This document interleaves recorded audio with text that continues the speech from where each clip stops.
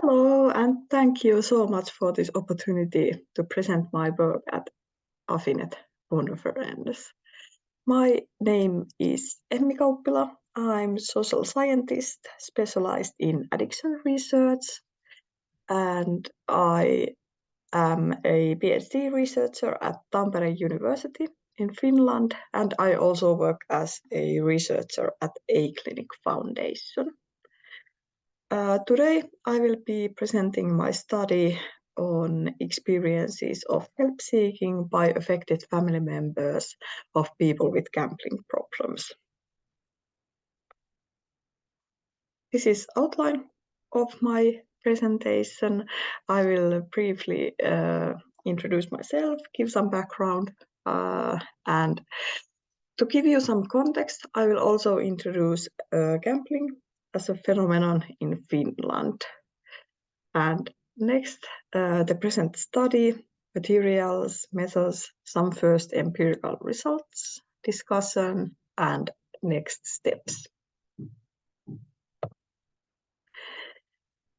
So I work as a researcher at A-Clinic Foundation. We are a small non-profit specialized in addictions and harm reduction, already founded in 1955. Our main goal is to prevent and reduce social and health-related issues around substance use and support the inclusion of vulnerable individuals through low-threshold services and scientific research. What this means in practice, we, for example, provide services for people who use drugs, like low-threshold services, street clinic, outreach youth work, online counseling, volunteering, testing for communicable diseases like hepatitis B and HIV, housing support and social services for the homeless. And another focus area is addiction-related training for workplaces. And we also do vocational rehabilitation. And we have a small but very effective and energetic research unit.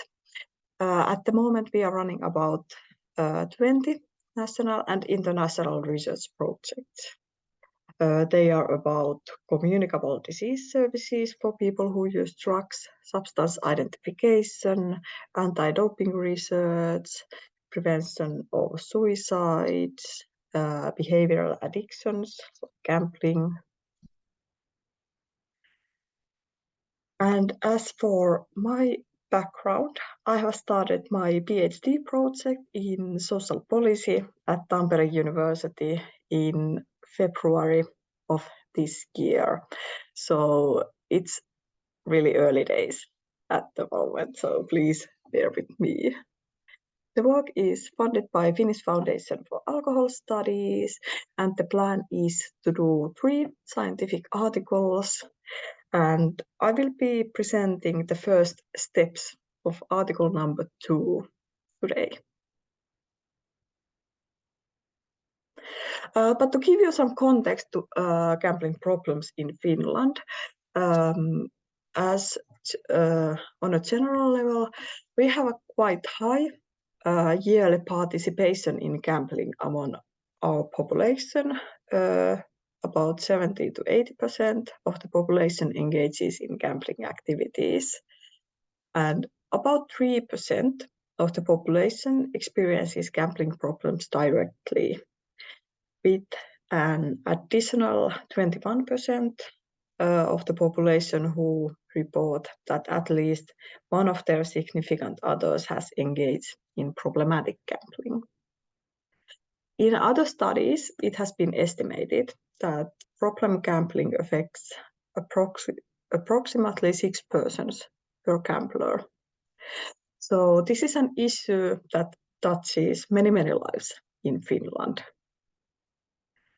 Our current challenges in gambling policy, like in many other countries, we are struggling with the unregulated gambling online.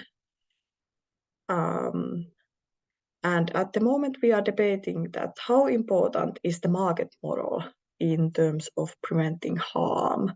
We are contemplating whether or not we should open the market to private businesses, because at the moment we have a state monopoly system.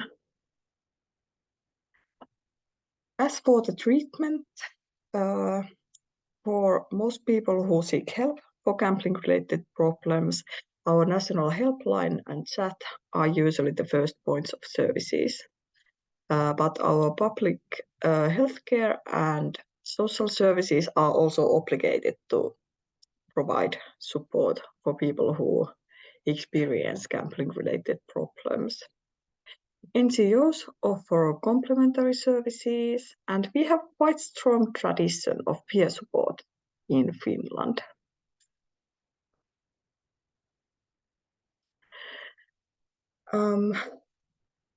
Although there are services, previous studies have indicated really low rates of help seeking among people with gambling problems, as well as their concerned significant others, highlighting the need to improve accessibility of support services.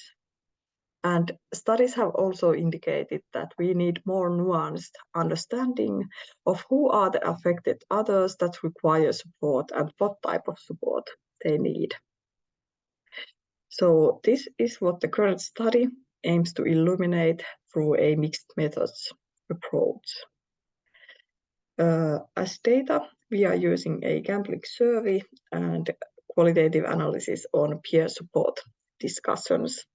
The analysis will focus on 3 points of view: gambling harm experienced by affected family members, awareness and use of different forms of help, and perceptions of current service system by affected family members. Data collection and measures. The gambling survey is part of larger project entity at A Clinic Foundation, conducted about 6 months ago with 2,400 respondents. The survey was conducted in 2 regions with really high gambling participation and consequently a large number of gambling-related problems. In this survey, we measured, for example, significant others' gambling habits, family members' experiences of gambling harm, help seeking, screening of gambling-related problems in healthcare settings, and affected family members' views of available support services. And based on survey results and literature review, we created a codebook for qualitative analysis.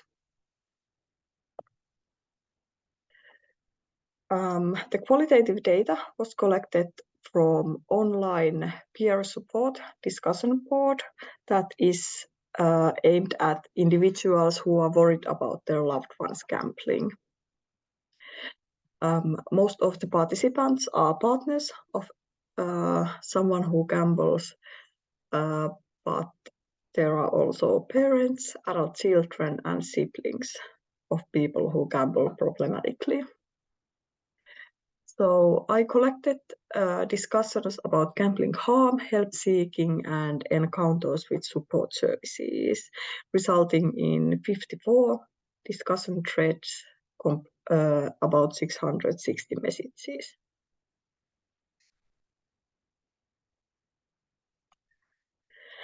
And next, I will show some first empirical results of this analysis. So gambling harm. Experiences of gambling harm caused by someone else's gambling was reported by 47% of the respondents. And most common forms of harm were relationship harm, emotional harm, and financial harm. This is very much in line with previous research.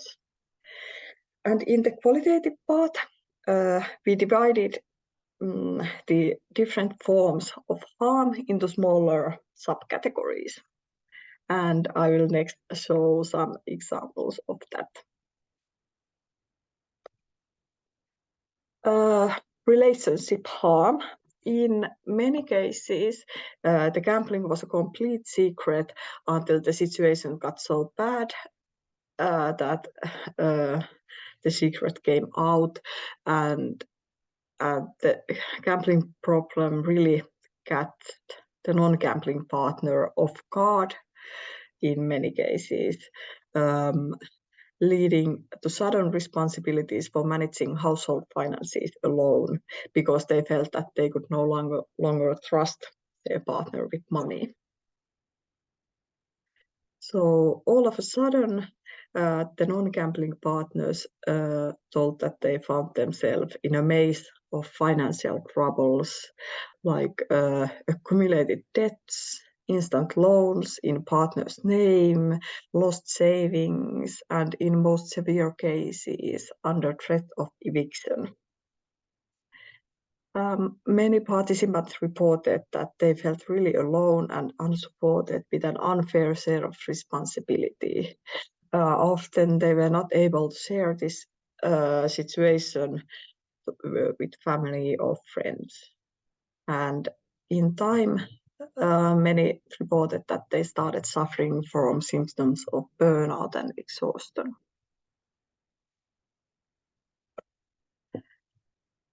Emotional harm. Quite many participants reported that at least some point of their lives, they had quite traditional values and life goals, such as getting engaged and married at certain age, buying a house, having children. But as the gambling-related issues caused problems to financial stability, emotional well-being, and relationship, the pursuit of these milestones was disrupted, causing feelings of isolation, loneliness, feeling like a failure, and also disconnection from social circle, when it seemed that others are moving on in life while they are stuck in the gambling-related problems in family.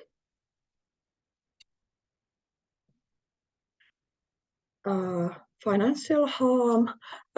Many non-gambling partners reported that they tried to improve the family's financial situation by picking up extra work.